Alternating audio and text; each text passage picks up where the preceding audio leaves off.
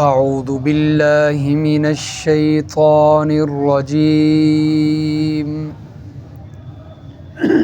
بسم اللہ الرحمن الرحیم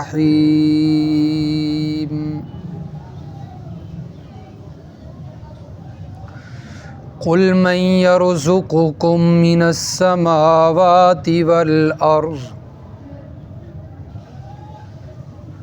فرما دیجئے، سوال کیجئے میرے پیغمبر، پوچھئے ان سے کہ کون تمہیں رزق دیتا ہے آسمان و زمین سے۔ قل اللہ، آپ ہی کہہ دیجئے میرے پیغمبر، اللہ دیتا ہے۔ وَإِنَّا أَوْ إِيَّاكُمْ لَعَلَىٰ هُدًى أَوْ فِي ضَلَالٍ مُّبِينٍ، اور بے شک ہم یا تم البتہ ہدایت پا رہے ہیں یا واضح گمراہی میں۔ قُل لَّا تُسْأَلُونَ عَمَّا أَجْرَمْنَا وَلَا نُسْأَلُ عَمَّا تَعْمَلُونَ، فرما دیجئے کہ تم نہیں پوچھے جاؤ گے ہمارے جرموں کے بارے میں، اور نہ ہی ہم سے پوچھو گی کہ تم کیا کرتے رہے۔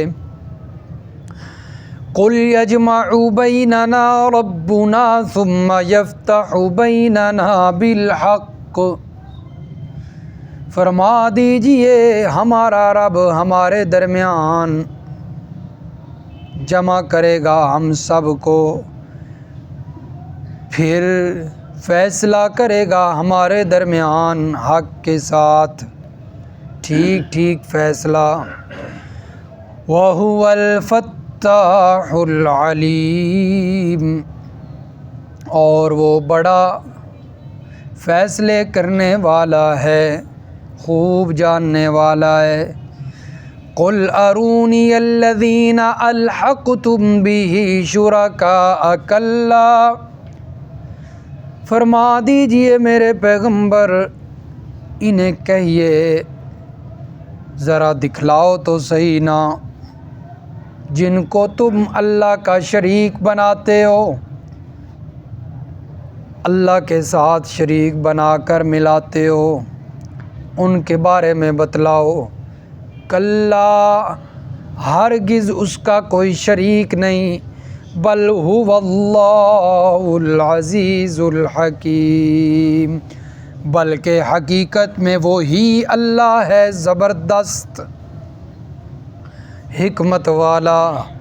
وَمَا أَرْسَلْنَاكَ إِلَّا كَافَّةً لِلنَّاسِ بَشِيرًا وَنَذِيرًا، اور نہیں ہم نے بھیجا آپ صلی اللہ علیہ وسلم کو مگر سارے لوگوں کے لیے خوشخبری دینے والا بنا کر اور ڈرانے والا بنا کر۔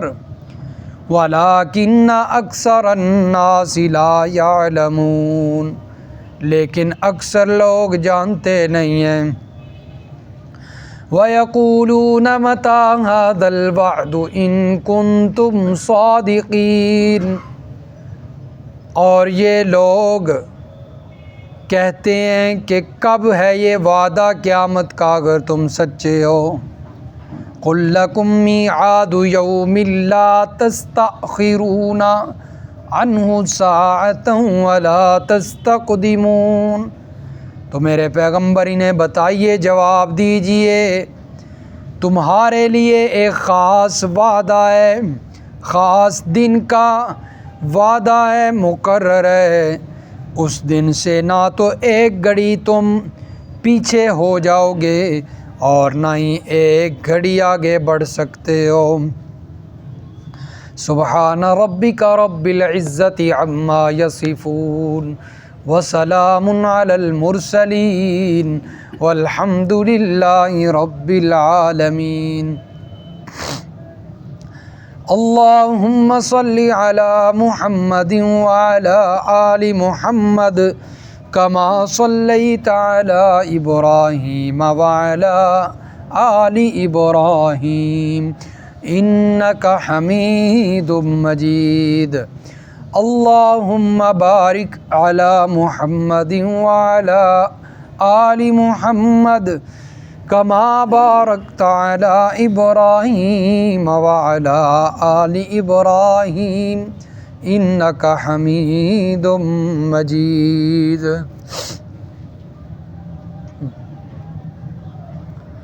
سورۃ سبا کی آیت نمبر 24 سے لے کر آیت نمبر 30 تک تلاوت کی گئی ہے۔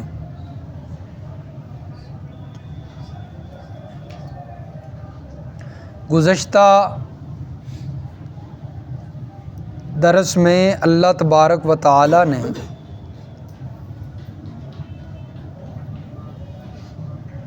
نفی فرمائی ہے کہ زبردستی کوئی اللہ سے سفارش نہیں کروا سکتا، اور فرمایا کہ مشرکین اللہ کے علاوہ جن کو معبود گمان کرتے ہیں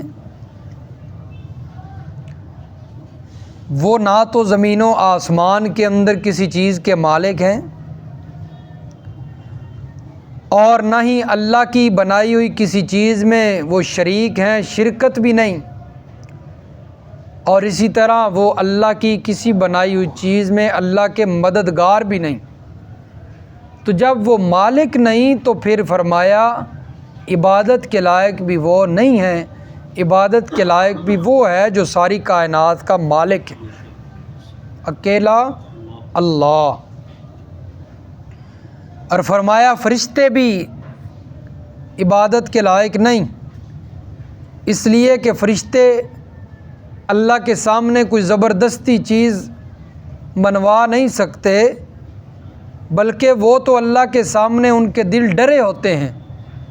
اللہ تعالیٰ کوئی وحی فرماتے ہیں تو ڈر کی وجہ سے وہ بے ہوش ہو جاتے ہیں، اور پھر جب ہوش آتا ہے تو وہ دوسرے فرشتوں سے پوچھتے ہیں کہ اللہ نے کیا فرمایا تھا، تو وہ جواب دیتے ہیں اللہ نے حق فرمایا ہے۔ تو انہیں تو اللہ کے سامنے اتنے وہ خود عاجز ہیں اور خود ڈرنے والے ہیں اللہ سے، تو وہ کیسے اللہ سے زبردستی سفارش کر سکتے ہیں، کیسے اللہ سے زبردستی کوئی بات منوا سکتے ہیں؟ فرمایا اللہ سے کوئی زبردستی نہیں کروا سکتا کچھ بھی۔ اب اللہ تبارک و تعالی نے کچھ دلائل بیان فرمائے ہیں، اور سوالیہ انداز ہے۔ فرمایا میرے پیغمبر ان سے پوچھئے جو لوگ اللہ کے ساتھ اللہ کے نیک بندوں کو شریک بناتے ہیں، عبادت میں شریک کرتے ہیں، تو ان سے پوچھئے یرزقکم من السماوات والارض، آسمان و زمین سے تمہیں روزی کون دیتا ہے؟ تو فرمایا میرے پیغمبر یہ جواب نہیں دیں گے، آپ خود ہی کہیے قل اللہ، اللہ ہی دیتا ہے روزی۔ اور حقیقت بھی یہی ہے کہ انسان کو روزی دینا یہ اللہ تعالیٰ کا ہی کام ہے، وہی روزی رساں ہے، انسان کے بس کی یہ بات نہیں، کسی نبی ولی کی بس کی یہ بات نہیں ہے کہ وہ کسی کو روزی دے سکے۔ اور یہ سارا نظام روزی کا بندوبست اللہ نے ہی فرمایا ہے، جیسا کہ اللہ تبارک و تعالی قرآن مجید کے مختلف مقامات پہ اس بات کا ذکر کرتے ہیں کہ ہم آسمانوں سے بارش برسا کے اس کو زمین میں بھیج کے زمین سے اس پانی کے ذریعے نباتات اور فصلیں اگاتے ہیں۔ اور سورۃ عبس کے اندر اللہ تبارک و تعالی نے دیکھیے کس انداز میں اس بات کا ذکر فرمایا ہے، اور انسان کو اللہ نے فرمایا ہے کہ اللہ نے تجھے دماغ دیا ہے، کچھ اس بارے میں بھی سوچ، چاہے وہ کافر ہے، مشرک ہے، جیسا بھی ہے، تو فرمایا اس بارے میں سوچئے کہ کیسے تیرے پاس روزی آ رہی ہے۔ یہ سورۃ عبس پارہ نمبر 30 اور صفحہ نمبر 709، صفحہ نمبر 709۔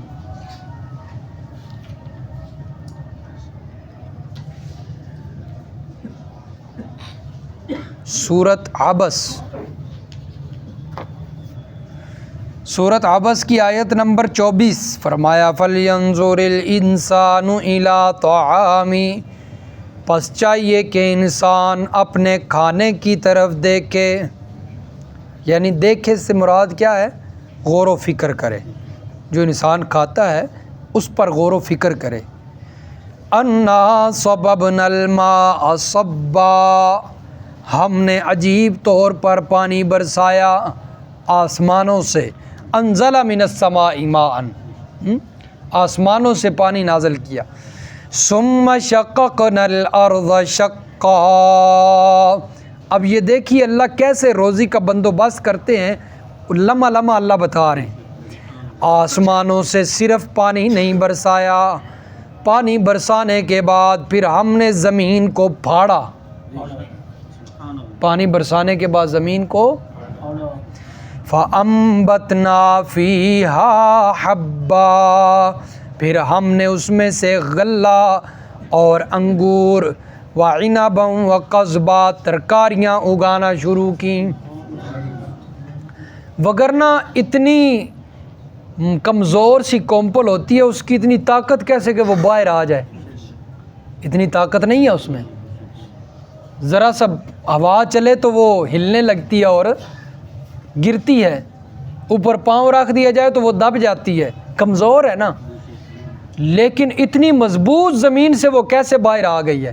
ذرا انسان سوچے تو صحیح، مشرک کو یہ بات نہیں نظر آتی، اسے یہ سوچ نہیں آتی کہ اتنی زبردست اور مضبوط زمین سے وہ باریک اور کمزور کومپل کیسے باہر آ رہی۔ اللہ فرماتے ہیں ثم شققنا الارض شقا، ہم نے زمین کو پھاڑا اور اس کو باہر لائے۔ ہم شققنا الارض شقا، فرمایا ہم نے کیا، کسی اور نے نہیں کیا۔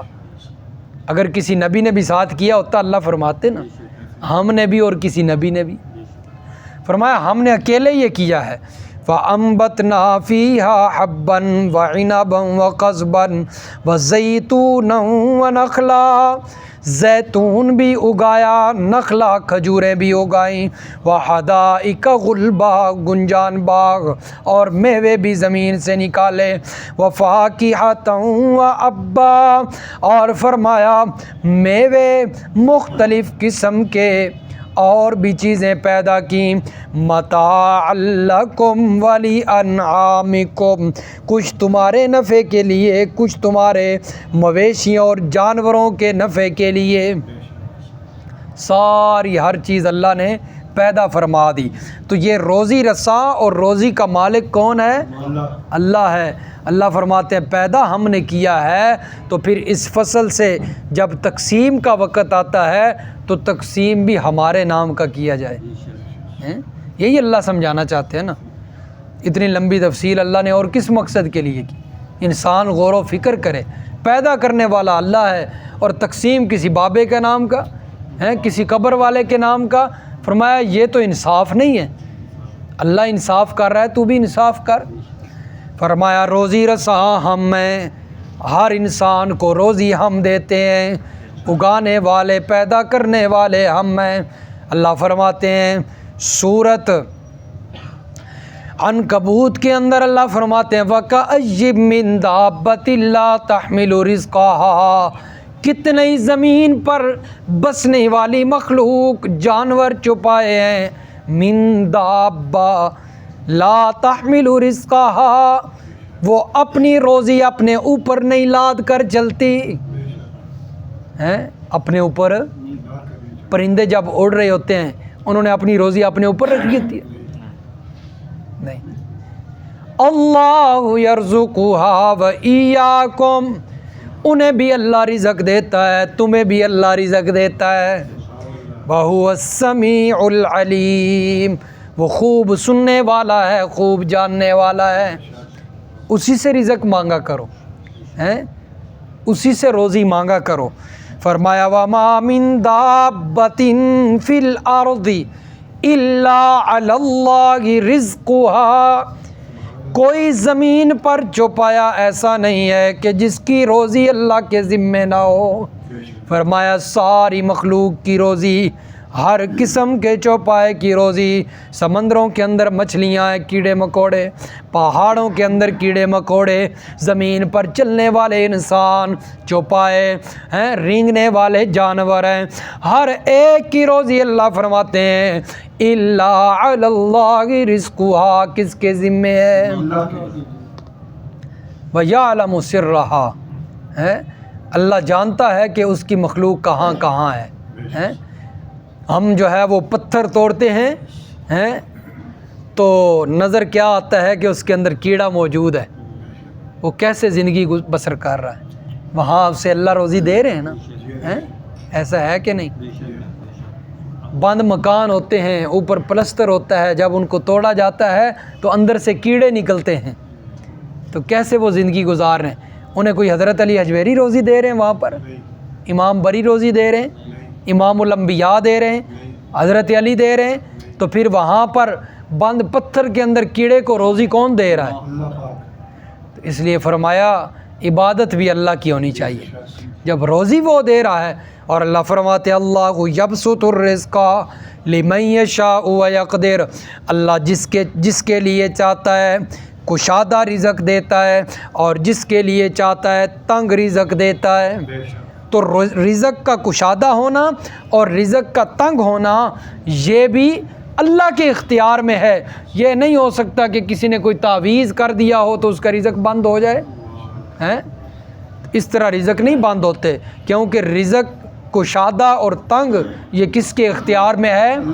انسان کے اختیار میں۔ یہ بات نہیں ہے کہ وہ کسی کا اب دیکھیں بعض لوگ کہیں پر دکان بناتے ہیں تو اسی کریانے کی مثال کے طور پر دکان بنائی ہے، تو کچھ عرصے کے بعد مد مقابل سامنے یا سائڈ پہ ایک اور بندے نے دکان بنا لی، اب یہ پہلا حسد کرنا شروع کرتا ہے کہ اس نے میری روزی پہ لات مار دی ہے۔ روزی پہ لات اس نے نہیں ماری، کیونکہ روزی اللہ کے ذمے ہے، اور اللہ کہتے ہیں جس سے میں تنگ دے دوں میری مرضی، جس سے میں زیادہ دوں میری مرضی۔ اس طرح روزیاں بند نہیں ہوتی۔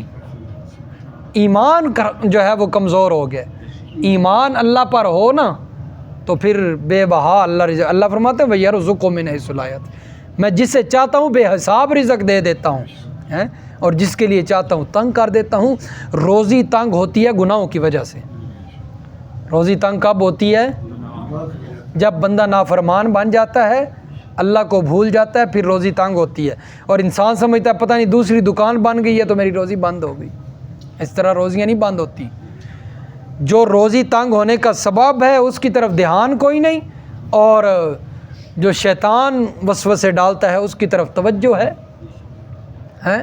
پھر بندہ حسد کرتا ہے، پھر حسد انسان کو بہت سے گناہوں کی طرف لے جاتا ہے، پھر اس کے خلاف بندہ پتہ نہیں کیا کیا کرتا ہے، پھر بندہ چل پڑتا ہے شرک کی طرف، کبھی کسی سے تعویذ لینے جا رہا ہے، کبھی کسی سے تعویذ لینے جا رہا ہے تاکہ اس کی دکان کاروبار کمزور پڑ جائے، ماند پڑ جائے، اور میرا جو ہے گاہک بڑھ جائے۔ حسد شروع کر دیا نا، حسد پھر گناہوں کی طرف لے گیا، اور جب گناہ بڑھتے جائیں گے تو روزی تنگ ہوتی چلی جائے گی، جو ہیں وہ بھی ختم ہو جائیں گے، پھر مانگنے پہ آ جائے گا۔ اس لیے گناہ جو ہیں یہ سب سے بڑا سبب ہے روزی کی تنگی کا۔ اللہ نے خود فرمایا میرے پیغمبر نوح علیہ السلام کو، فرمایا میرے پیغمبر اپنی قوم سے کہیے، اپنی امت سے کہیے مجھ سے استغفار کیا کریں، کثرت سے استغفار کرنا ان کا کام ہے۔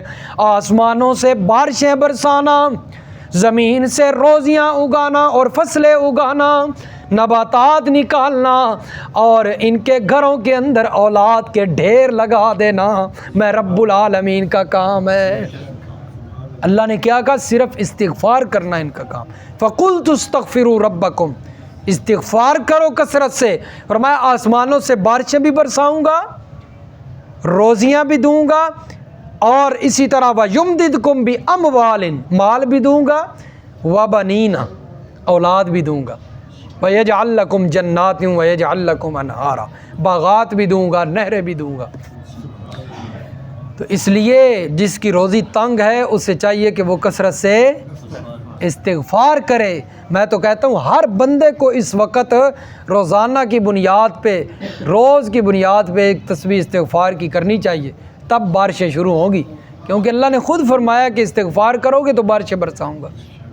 تو جو روزی کی تنگی کا سبب ہے بڑا، اس کی طرف توجہ نہیں، اور باقی سب کچھ ہو رہا ہے، اللہ کو منانا نہیں، صبح اٹھنا نہیں، اللہ کو منا کر بندہ جائے اچھے طریقے سے کاروبار میں برکت آئے، وہ اٹھنا نہیں، نماز بھی گئی، سب کچھ گیا، بس 8 بجے 10 بجے جو ہے وہ اندھوتے منہ پہنچ جانا ہے دکان پہ، کیسے برکت آئے گی؟ منہ بھی نہیں دھویا، بغیر منہ دھوئے جا کر جناب کنگھی کی، چلو جی لش پش ہو کے وہاں جا کر ناشتہ کر رہا ہے۔ یہ حیوانوں سے بھی بدتر زندگی نہیں ہے؟ اولئک کالانعام، قرآن نے انہیں کو تو جانور کہا ہے، کوئی فکر نہیں ہے، کبھی قرآن نہیں سنا، کبھی قرآن نہیں پڑھا، نماز نہیں پڑھی، قرآن نے انہیں کو تو کہا ہے اولئک کالانعام، جانور، بل ہم اضل، بلکہ جانوروں سے بھی بدتر ہیں۔ جانور بھی اپنے ٹائم پہ ہر چیز کرتا ہے، اور انسان کا کوئی ٹائم نہ ہو، کوئی وقت نہ ہو، بے ٹائمہ ہو بالکل ہیں۔ تو اس لیے اللہ کے حضور پیش ہو کر اللہ کو منائیے، روزی انشاءاللہ بے بہا ملے گی، بے حساب رزق ملے گا۔ فرمایا انسانوں کو بتائیے میرے پیغمبر کہ اللہ ہی تمہیں روزی دیتا ہے، وَإِنَّا إِيَّاكُمْ لَعَلَىٰ هُدًى أَوْ فِي ضَلَالٍ مُّبِينٍ۔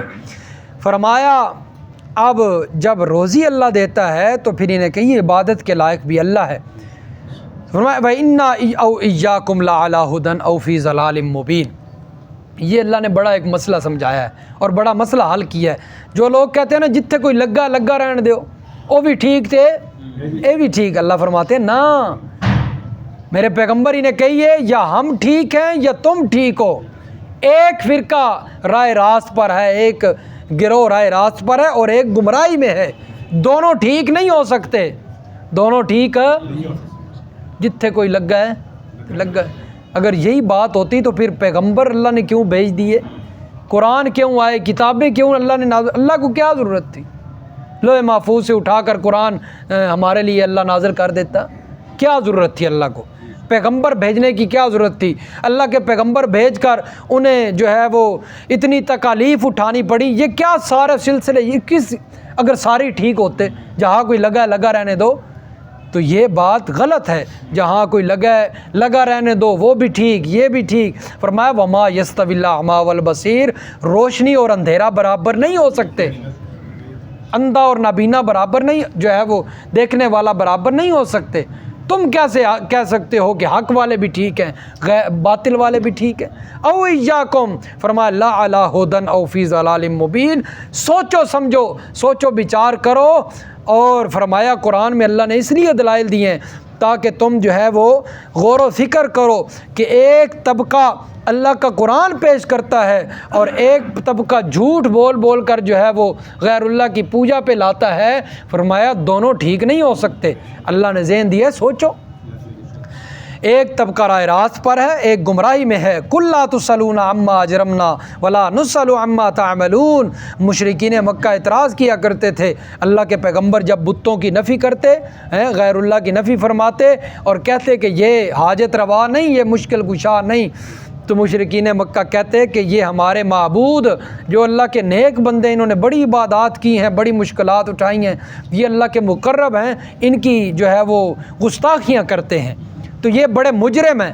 تو اللہ نے فرمایا میرے پیغمبر آپ جواب دیجئے، اگر ہم مجرم ہیں تو تم سے قیامت کے دن ہمارے جرم کے بارے میں نہیں پوچھا جائے گا، اور ہم سے تمہارے جرم کے بارے میں نہیں پوچھا جائے گا، یہ تو قیامت کے دن فیصلے ہو جائیں گے کون مجرم تھے۔